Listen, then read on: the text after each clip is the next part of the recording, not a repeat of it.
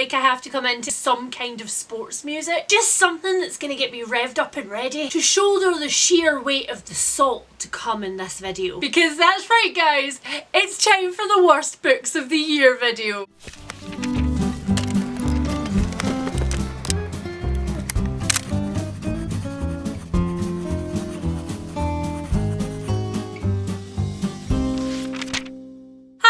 It's Win and welcome back to another video.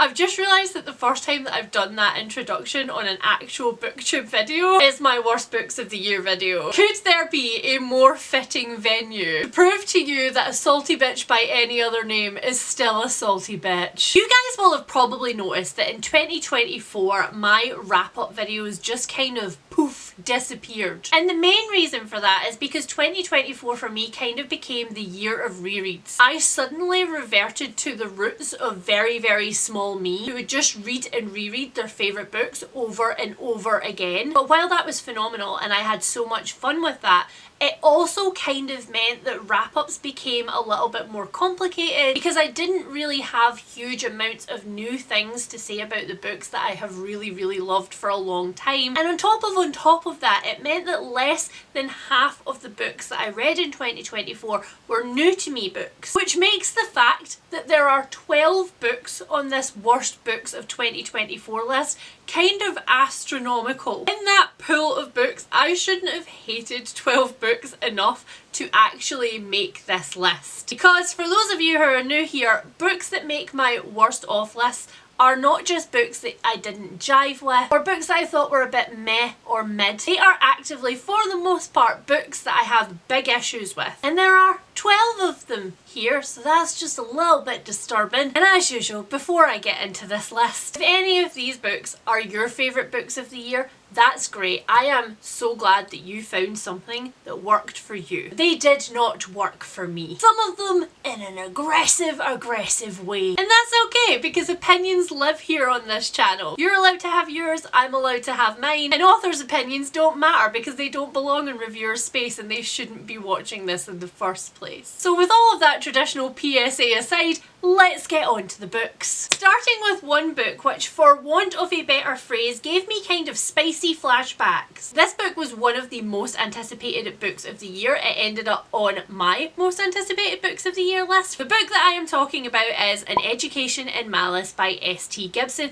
And you know what? Just by extension, it's also kind of Evocation by S.T. Gibson because as far as I'm concerned, the vibes of these books and the characters, or rather the caricatures, were kind of interchangeable. You guys might remember that in my worst books of 2023 video, I talked about A Study in Drowning by Ava Reid. In fact, I talked about it quite extensively. And I said in essence that that book, which was also like both of these books, a sort of like gothic dark academia set in a magical setting, had kind of been written as if you had given the author a cheat sheet of all of the things that you would expect to find in that genre and you had said, please write all of these but without any substance whatsoever or any explanation about the world that we find ourselves in. And realistically, you could just change the dust jackets on A Study in Drowning and An Education in Malice and you've pretty much got the exact same formula with the exact same kind of hollow characters. And don't get it twisted guys, I love a dark academia. I am a secret history girly through to my core. I have been burned by dark academia in 2023 and 2024 and quite honestly I don't know if I want to pick up any more like really popular anticipated release dark academia books. But before we move on to the next book, let's neither of us sit here and be naive with each other. A Study in Drowning, An Education in Malice and also Evocation have all had massive chunks of publishing budgets thrown at them. They have been like aggressively marketed in industry newsletters. They've had tables in commercial bookstores and I think it would be disingenuous to sit here today and say that some of the reason why these books have ended up on like the most popular books of the year list is not necessarily because everybody's absolutely adoring them, but it is simply because so much of the publisher's budget for marketing that year was thrown at these books. There are another two books on this list which in my particular opinion I was victim to the hype phenomenon on. The first one of those is The Housemaid by Frida McFadden. but also kind of quite a few Frida McFadden books, because I didn't just try one in the video that I read this, I actually tried 3. And in doing so, more fool me, because I broke my own rules on not owning more than one book from an author until I have tried their writing. And this one came right back, bit me straight in the arse, and reminded me why that is a rule for me. The reason that I ended up picking up The Housemaid was because my lovely friend Kirsty was like, hey, you thriller person, you read tons and tons of thrillers. Have you read any of Frida McFadden? Is she good? I am seeing this author absolutely everywhere. Kirsty and I do each other this public service, and Kirsty reads predominantly romance books these days and I read predominantly creepy things. And if there's something particularly good we think the other will like, we throw it at each other. But in this case, I feel like the hype about these thrillers, which are not particularly objectionable, just very cookie cutter, very written in a way that I can find in tons of other places done slightly better, is all because of the book talk phenomenon. These went absolutely stratospheric on book talk, a medium which I don't poo-poo entirely, but because it is a newer platform and because the people who are creating on it are generally newer content creators, I find that they are pretty much repeating a lot of the earlier trends that we saw in booktube, and that means that things like The Housemaid get really popular, which are essentially a female serial killer, like female rage trope, which has been really big in the last few years, don't get me wrong, but in my personal opinion this plotline has been done so much better in other places, like in the first Sweet Pea book. And when I say the first Sweet Pea book, I mean the first Sweet Pea book, not the rest of them, and not the TV show. Jane Doe by Victoria Helen Stone, other books that are contemporary to those, which kind of like exploded this trope for us, and which other books like this one have just kind of played upon and followed the same kind of formula. And the other book which made me fall victim to the hype train was We Used to Live Here by Marcus Clure.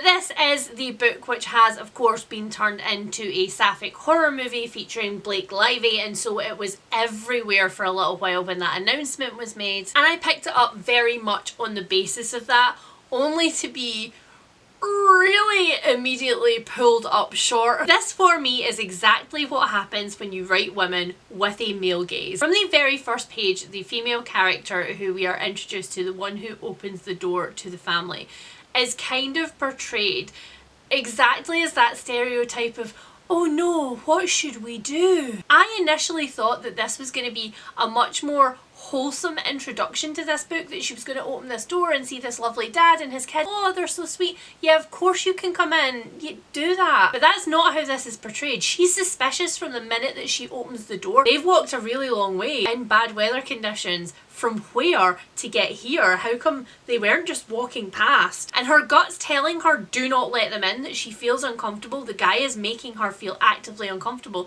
and instead of just being like, I'm really sorry, no, and closing the door, she thinks to herself in her head, what would my girlfriend do? And without being able to get in touch with her girlfriend, she's completely bamboozled. She doesn't know how to proceed. And I'm sorry, but that's just giving me the exact same vibes as wait till my husband gets home. I don't know, I'll need to ask my husband. Oh sure, come in, my husband will be back very soon. But on top of all of these things, on top of all of those red flags, this book just kind of explains nothing. It's one of those books where lots of really horrible and creepy occurrences are kind of piled onto each other, and you're just supposed to catch the vibe. There's clearly a theme so far in these books. Vibes are off. And there were so many reviews that were like, this just read like a fever dream. I don't know why I was there. Felt very validated. I don't know why I was there either, and I don't think you should go there. Maybe just wait for the movie. Next up, I actually have 2 other books where I was actively asking myself, why am I here? Because for both of them you were like, these books are so incredibly up your alley. They so completely fit the criteria that you like in these very different things. I think you would love them. You were wrong. You were so wrong. Just on these. For the most part, you get my taste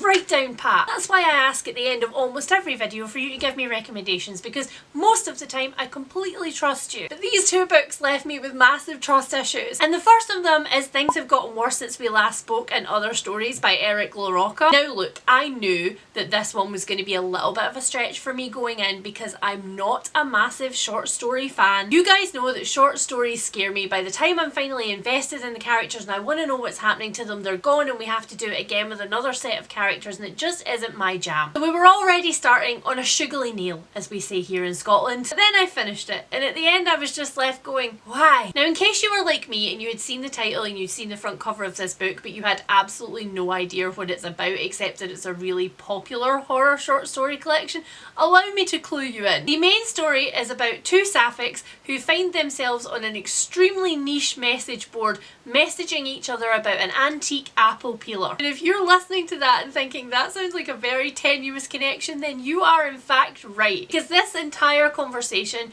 is essentially just a cover for the fact that these two sapphics want to find themselves on a very different kind of message board, a much spicier kind of message board. As I said in my mid-year worst books video, this entire plot can be summed up by one of these women wants to be mummy, the other one really doesn't, and both of them have serious issues about what it means to be in that kind of very trusting, very vulnerable relationship. And for me, that's what this boils down to. The author wanted to write a very different story and couldn't think how to commercially get there, and so put it in slightly different clothes that made it a little bit more palatable. This is also my worst kind of horror, the kind of horror that I like in the least, and that it entirely relies on disgusting things. Maggots, rotting meat, vomit, that kind of thing. Rather than making you feel dread in your soul, it's just like, here are a bunch of really gross things that I'm showing you. Aren't they gross? And even for body horror, which is not my favourite thing at the best of times, it just feels kind of lazy and a bit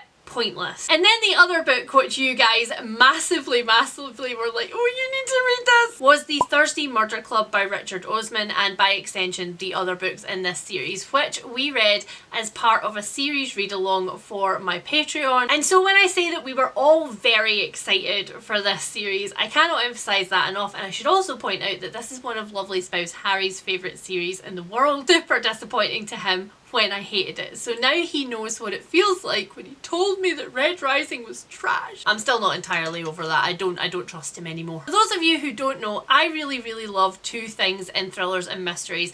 I love people who are investigating it who really shouldn't be, who've just kind of found themselves in the middle of this and they're trying to muddle their way along and figure out what the mystery is. And also I love characters who are ideally over 60. I'm really over the phenomenon of only seeing characters under 30 in my books, and this one definitely has both of those things. It is about a group of amateur sleuths and it's set in a very bougie retirement village, and initially I was really enjoying myself in this one. I really liked the characters. There are four almost caricature different types of characters who've very clearly been written that way in order to cause conflict, but in some circumstances if those characters are rich enough that can work really well. Unfortunately for me, this one is one of those books that suffers massively from the fact that you can feel the author on every single page. There are sections in these books where none of these characters are talking and an omniscient narrator is telling you what is happening to some third parties in different areas, and that omniscient narrator sounded exactly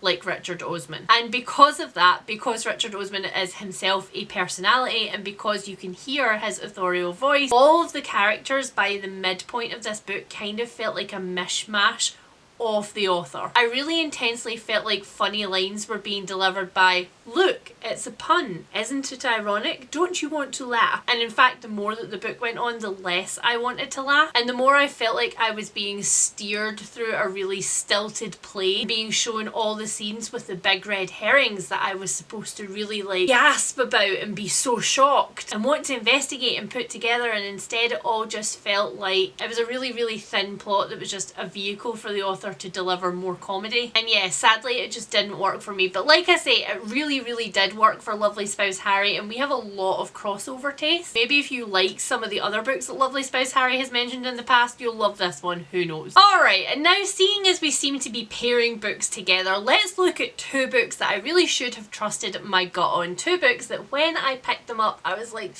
I think there's a good chance that this could go south and you might not like it, and instead of listening to my gut I just went along with it anyway. The first one of those is Girl in Pieces by Catherine Glasgow. Again, I talked about this one quite extensively in my worst books of the year so far video, but this one was popular way back at the start when I joined BookTube. It's kind of a YA classic, and I really want to do the inverted commas for it because it doesn't feel fair to call it that. Earlier this year I was working on a project, and while I was doing that I was spending quite a lot of time in commercial bookstores Waterstones, and this one was all over the tables everywhere, and it turned out that the reason for that was because it was an anniversary edition that had been released of this. And I don't know why, but something in my brain went, oh, you didn't read it the first time around, maybe it is actually amazing. You guys know that I don't read a lot of YA at all anymore, and I haven't for the last maybe 5 or 6 years, but occasionally one will sneak in under the radar, or I'll get a direct recommendation from somebody I trust and I'll be like, okay, I'll give it a go. And I would like to say that nobody recommended this to me at any point. It was just that my brain went, this is a really famous one, you should try it. And I really shouldn't have tried it. This one was quintessentially that point in YA contemporary where everybody was intensely depressed, clinically depressed, and was going through some sort of inpatient therapy. And the more extreme that the authors could make their situation, the better. There were a lot of eating disorders, there was a lot of self-harm, there was a lot of really like torrid and tortured backstories, and pretty much all of those things you could find in this one book, including a character who couldn't advocate for themselves because they were selectively mute and they were treated really horribly. A character who was the like cool girl of the wing, and she was so cool because essentially she was so screwed up because she had so many things, again in inverted commas, wrong with her, that she was like dangerous. For some reason this era of YA contemporary made mental health issues really sexy, and it was a really bad time. It was a really bad reading experience. So I'm really glad that I got it from the library and didn't actually buy the anniversary edition, which is a theme for some of the other books on this list. I really wish that I hadn't given my cash to them. And that very much describes the next book because I got it in stunning pretty hardback. And that book is The Night in Question by Susan Fletcher. I know, right? A Susan Fletcher book not only on my list but in my worst list. Who are they? So again, if you've been around my channel for a long time, then you will know that one of the only books in my entire history of my channel that I have ever said to you guys, I don't want your opinions on, don't tell me what you think of it, I don't care, is Eve Green by Susan Fletcher, a sort of contemporary mystery book told in split timelines. It came to me at a time in my life where I really needed a transportative book, and that was very much what this was. I reread this book a bunch of times around about the time that I fell in love with it, but I hadn't read it for absolute years. And then last year or the year before, I read it again and I was like,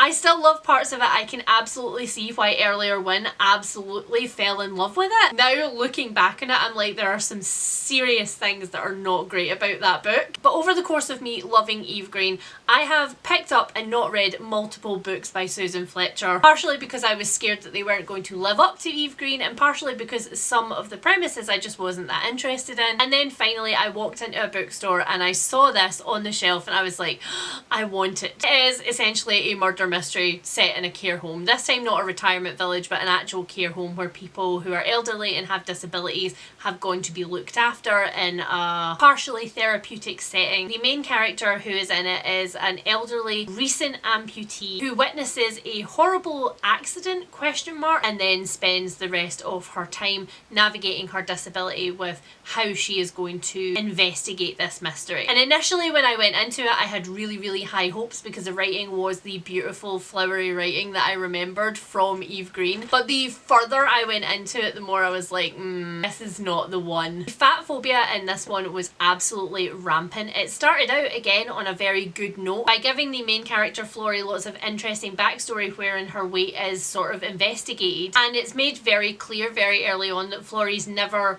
bothered about the fact that she's fat and it's never caused her any issues. But in doing so, Susan Fletcher kind of erases the struggles of what it is to actually be a fat person in society, particularly when Florrie was growing up. And she kind of keeps making this emphasis that, oh, Florrie had all of these torrid, interesting love affairs even though she was fat. It didn't matter that she was fat, they didn't mind that she was fat. And so it became an issue. From trying to make it so much of a non-issue, it became an issue. Every other chapter there was a big portion on Florrie's weight, and I was just like, I hate this. And lots of other issues in the book were dealt with like that. Initially they were introduced in a really great, very even-handed way, but then as the book went on, it was like the author couldn't really support that and went back to what they really thought about some of these issues, and it was really uncomfortable. And yeah, it has kind of tainted Eve Green a little bit, looking back at it together with my reread and realising that there are some seriously dodgy themes in there that an earlier version of me just didn't pick up on. So that wasn't great. That wasn't a fabulous experience this year. Damn it, I nearly got through this whole video without saying this year. Last year wasn't a good experience last year. So close. Alright, so one of the last ones on my list that I'm going to talk about before I get into my top 3 worst books of the year was also a book that talked quite a lot about weight. Dead Weight by Emmeline Klein, and it is actually an essay non-fiction collection from Emmeline Klein discussing her history with disordered eating, and I have a lot of issues with this one for a lot of different reasons. So I have read quite a lot of narratives about disordered eating in my life, and also about fat activism and fat positivity, which are again two totally separate conversations which the media erroneously links quite a lot, and unfortunately were linked in this exact way in this book. And unfortunately this book did service to neither of these things very well. For such a short book, there are so many ideas in this book, and in fact actual huge passages which are directly lifted from other sources to support the author's argument.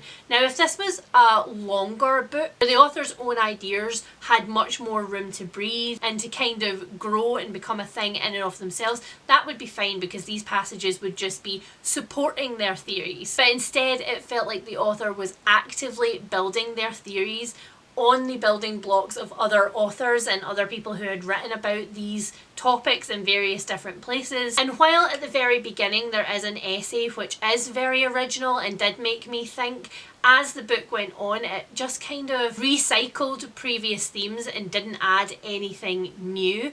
And another pet peeve of mine with this was that it very heavily focused on how disordered eating is portrayed in the media without actually making any nuanced arguments about why that is so or how it can be changed. Just sort of, this culture is bad and you find it here and then we have to watch it and that makes you feel like this. Which is a thing that I think anybody coming to this book would have gleaned already before they got into it. And then finally there were a few passages in this which I found to be actively harmful, leaning towards the kind of numbers and calculation parts of lots of different eating disorders and disordered eating ways of being that I think could be quite triggery. And while obviously going into a collection like this you're expecting there to be some things that might be difficult to read about and might be difficult topics to get your head around, but you don't necessarily expect to be directly triggered by language like that. So yeah, this one was a big fail for me. And now finally we are into my top 3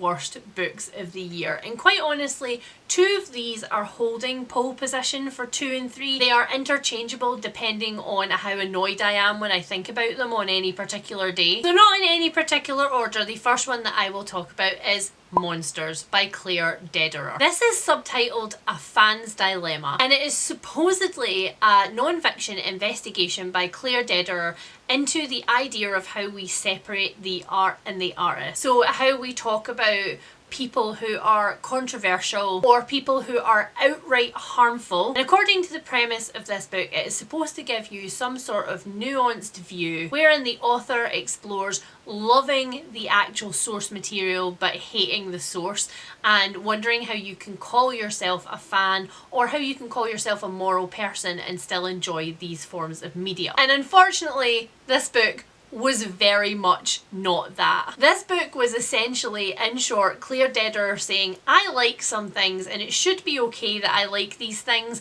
so I'm going to tell you how much that I like them, and then by the end of it you're going to be like, yeah, you like them enough that it's okay for you to like them despite the fact that they come from awful places. There is an entire passage in this book wherein one of Claire Dederer's teachers calls her absolutely obsessive as a small kid. And instead of taking this note from her teacher, who was essentially like, you should be less pedantic and less fevered about this one particular topic. Claire Dederer took that as a massive compliment, and that's something that she has taken into her adult life. And it manifests in this book by her saying that she is a true fan of some of these things. She's not only like a true fan, but she's a super fan. She's an original fan. She liked some of these things before it was cool to like some of these things. And isn't it really, really annoying when other people come along after you've loved and been hyper fixated on something for years and years and is like, actually that thing's a bit harmful, did you know? And then you have to deconstruct your own biases. Ugh. And I don't know how to tell you this, guys, but you should care about other people. You should care about the fact that the things that you love are actively harming other people, and you should do something about that. And if you don't understand why you should do something about that, I'm not the person. I've very much come to that point in my life where I no longer have one-sided conversations about things like people who are TERFs. If you don't understand why this is problematic and you don't want to have an honest and open educational conversation about it, I can't help you. And that's how I felt about this book. There was an entire section of this book dedicated to that author and their opinions on being a TERF, and it wasn't a discussion at all. It was just kind of like, this author made these amazing things and now some people say these things about this author, so that's maybe something to think about, isn't it? But I still like it. And then it just moved on. I don't know why so many people are so dedicated to this book. I don't get it. And yes, the other book that I know you know is going to be on this list that I read around about the same time as Monsters is Erotic Vagrancy by Roger Lewis. Erotic Vagrancy is supposed to be a biography and an expose about the relationship between Richard Burton and Elizabeth Taylor, but it is very incredibly not that. From the introduction of this one, before I even got into the actual meat and bones of the piece, I already knew that Roger Lewis hated women. And I also knew that Roger Lewis was not here to entertain any thoughts or opinions from people who did not think exactly the way that he thought. And the way that Roger Lewis thinks is that Richard Burton is the epitome, tippy-top, troubled King Lear of a man, the one role that haunted him his whole life, and his entire life can be seen through this lens. And while none of those things are necessarily untrue, the way that Roger Lewis then talks about Elizabeth Taylor in direct contrast is that she is whiny, she's a harridan, she's shrill, she's sexy, but in a way that is deeply manipulative. She uses femininity as a way to get what she wants from people. She is flighty, it's not charming at all. And also she's a massive, massive hypochondriac. Despite the fact that medically Elizabeth Taylor went through so many things in her life, she almost died countless times. Like when she was filming Cleopatra in '63, Elizabeth Taylor contracted a staph infection that essentially collapsed her lung, and she had to have an actual tracheotomy, to save her life. And in this book, Roger Lewis really treats this and many of the other horrible conditions that Elizabeth Taylor suffered with as being like attention seeking things that she did to try and keep Richard Burton under thumb, things that she did to try and keep her circle of friends around her because she was just so random. Roger Lewis has been the subject of a lot of controversy in his life. He's had publications pulled and opportunities pulled from various different places for being horrendous to women. Out loud, like, oh, you done said that and you can't take it back, my friend. Also called people who speak the Welsh language monkeys and other horrible slurs. It's just a very strange situation with this author in which I don't understand how they managed to get this book published with this tone in the first place. But I don't know, that maybe says more about publishing than it does about Roger Lewis. And then finally, my very, very last, my worst book of the entire year, taking #1 position all to itself with absolutely no competitors, we have The Examiner by Janice Hallett. And to say that I am devastated about this is not understating the case. Again, if you've been around here for a little while, you will know that I read The Appeal by Janice Hallett when it came out many years ago, and I really, really loved it. And since then, I have picked up all of her releases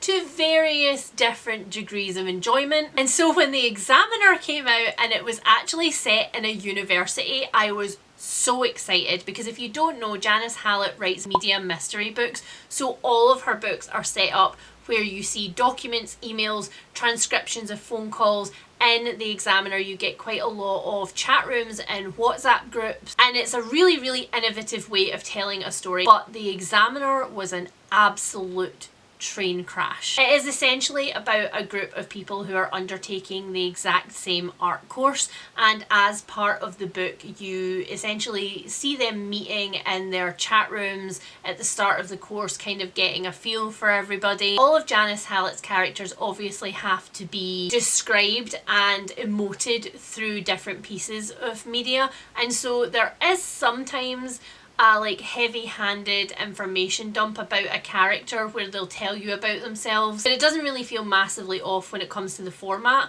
But this time around, ooh, the info dumps at the start from characters were really, really painful, and I really struggled with them. But while in her other books the actual pieces of media that you were getting felt really, really relevant to what was going on, in this one unfortunately what you get is massive swaths of people writing their university work. And while I am a massive, massive academia geek and I would love to be back in continuing education, that was not what I wanted from this. I wanted the feeling of academia, and I wanted all of those deadlines and everybody like scrabbling. I didn't want to actually see their coursework, especially about an art course, which is art installation pieces that we can't actively see. And so yeah, that was a very, very weird way of doing it, and it was so boring. The first half of this book dragged so hard. However, when the reveals start to happen, they are so problematic. The main spine of this piece relies on a character having a disability that we do not know that they have, and the reason we don't know that they have them is because we've never